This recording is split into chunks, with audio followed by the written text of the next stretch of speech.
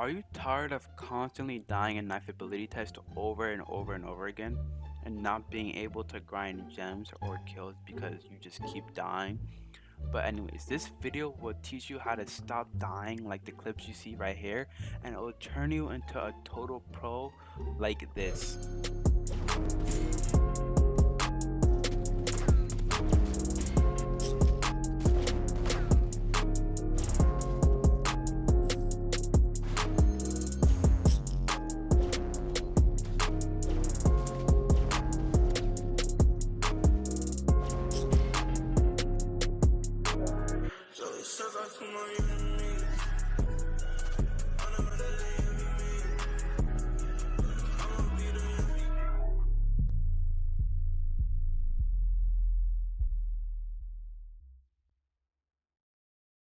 What is up, YouTube? In this video I'll go over every single method and strategy to get better in cat. In this video, it will be like all my previous cat videos but all in one. I've been playing cat for many years, so I know all the tips and tricks, everything to improve in cat and how to be a better player overall. It will also be great for beginners because I'm explaining how to start out as well. So if you really want to improve in cat and grind gems or grind kills, make sure you watch this video to the end. Don't forget to like and subscribe. Alright, now let's start with tip number 1, knife effects. If you're a new player and you just started out, you won't have any knife skins, and you won't have any knife powers either. So basically what you want to do, you want to grind for a laser by getting kills and stuff. And if you get 450 gems before you unlock laser, I recommend getting the no scope because it is my favorite knife in the game. Other than Tesla, of course. But if you're a beginner and you have the Roblox for Tesla, I highly recommend buying it because I promise you'll keep using it until the end of the game. You will not stop using this knife. It is the best knife in the game, well in my personal opinion. Because it improves your aim, but it isn't as annoying as shotgun, but it helps a lot. Also, when you're first starting out, you can use explosive knife, but in order to grind for no scope faster, I don't really recommend buying it, but it's really up to you. Tip number 2, what knife effects not to buy. First, you don't want to buy Death Beam or Hyper Beam when you're first starting out. When you first get 6,000 gems, you don't want to buy them. For the reason being, when you kill somebody with the Hyper Beam or Death Beam, you don't get any gems. So it's not that useful when you grind, It's only useful if you want to, just grind just kills and no gems and just shoot people through walls. Otherwise, it's completely useless. And Hyper Beam is even worse because it's the same thing as Death Beam but rainbow, and it costs so much more gems for literally like nothing at all. A 9,000 gem difference for like no difference at all. I mean, total waste. Bam Knife is honestly pretty OP, but I wouldn't spend 9,000 Robux on it unless you have tons of Robux to spare. You can use an auto clicker with it, which makes it as fast as an adamant knife, but if you use an auto clicker with it and you lag in the server, you need to stop because that's a bannable offense. If you're lagging the server in any way, somebody could report you to a cat admin or moderator and get you banned.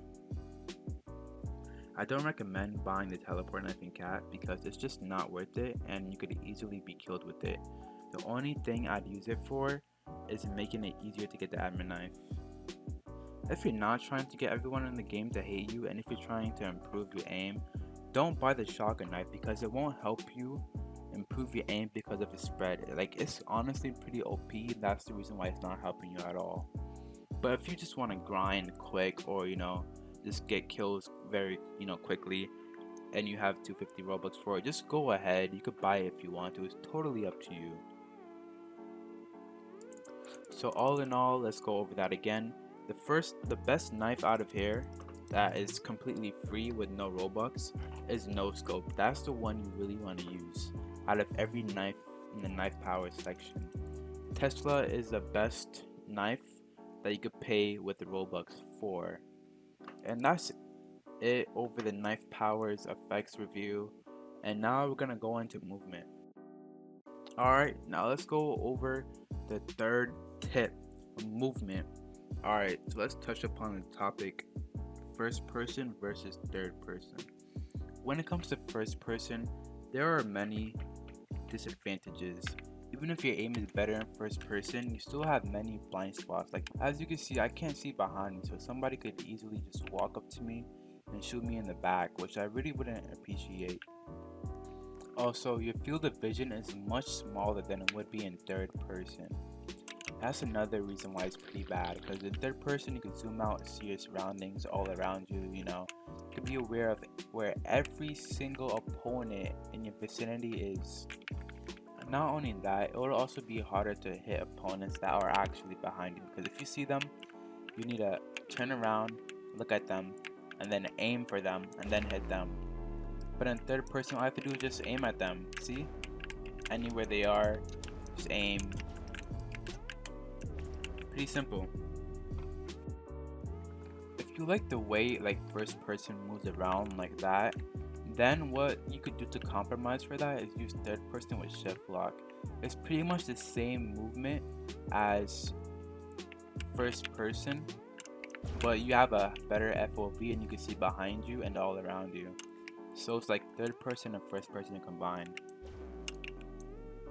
I still don't really recommend it, but if you really like first person, I mean, this is what you definitely should do. In third person, you can be aware of most of your surroundings at any angle at any time.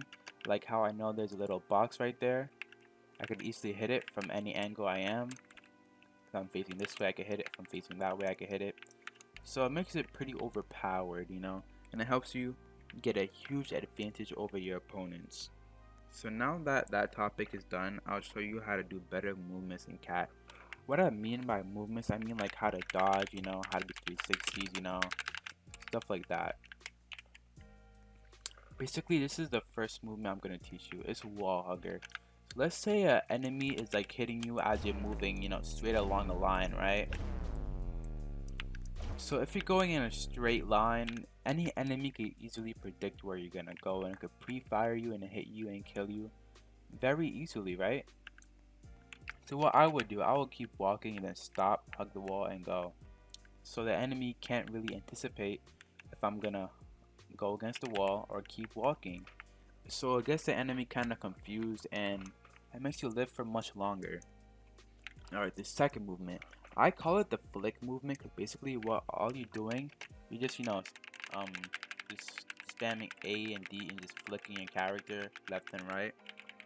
I do this one a lot to confuse opponents because they don't know which way you'll be moving, so they can't predict your movement in any way. I mean, chances of getting hit are much lower than you know if you weren't doing it. Because if I'm going straight from like that, enemy can easily hit me from like this. See, enemy doesn't know which way I'm gonna go.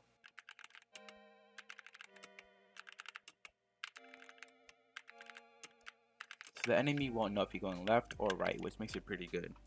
The third movement, the 360 turn.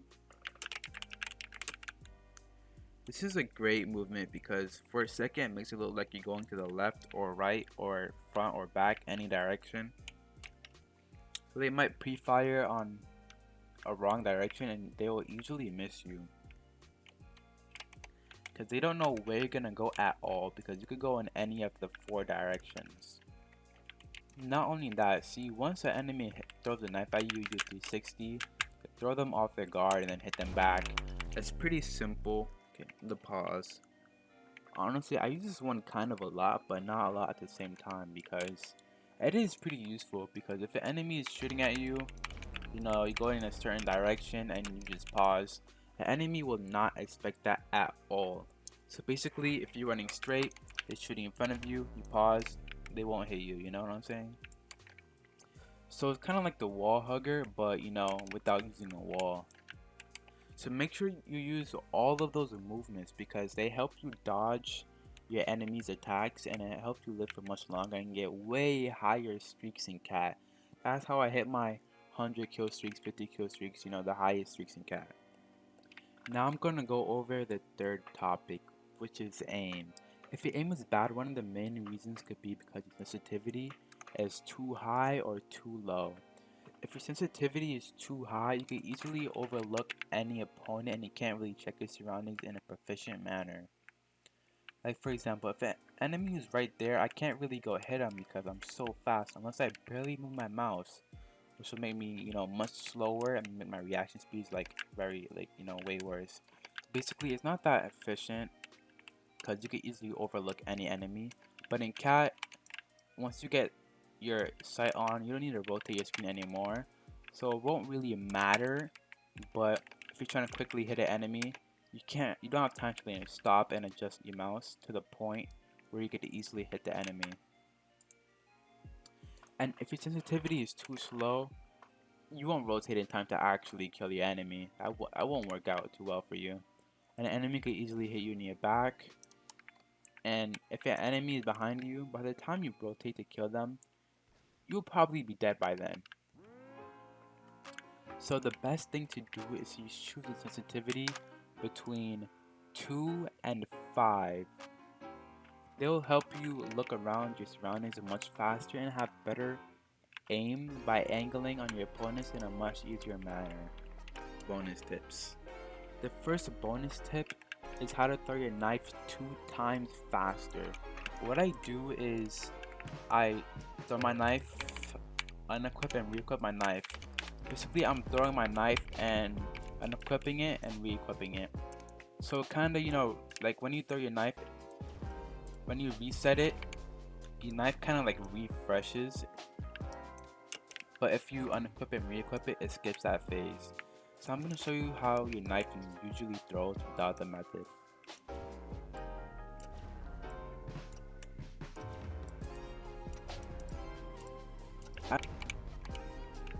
As you can see, it's not that fast, but with the method,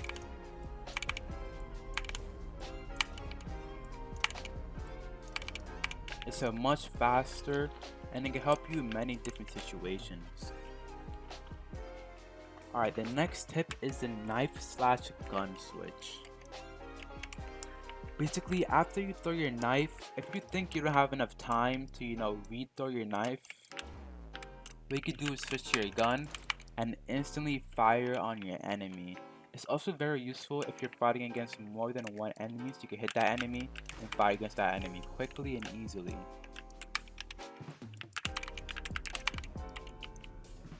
Alright, so the third bonus tip is using the balloon method. Basically, the balloon method helps throws your enemy's aim off, but if you use it too much, then you'll be pretty predictable. So basically, you don't want to use it too often, but on like kind of somewhat rare occasions.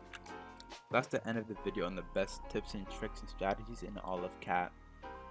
If you take in everything I just told you, you should be able to get high kill streaks over 100, and you should be able to hit the leaderboards if you keep grinding non-stop. Without a doubt in my mind, you'll become a way better player in no time at all. But while you're practicing my tips and tricks, don't try to focus too hard on doing them correctly, because then you'll be focusing too hard on the strategies and you won't be aware of your surroundings and the game. What you want to do, you want to try and learn it naturally, like practice it here and then until you slowly start getting it in your muscle memory. And that's it for the video. Thanks for watching. Make sure you like and subscribe, and also check out my other videos on my channel. Peace out. Thank you for making it to the end of my video. This video took me many hours to edit, so if you want to support me, please make sure you subscribe because it's completely free, and if you don't, you're gonna miss out on a lot more content like this one. Subscribe and leave a like, and peace out.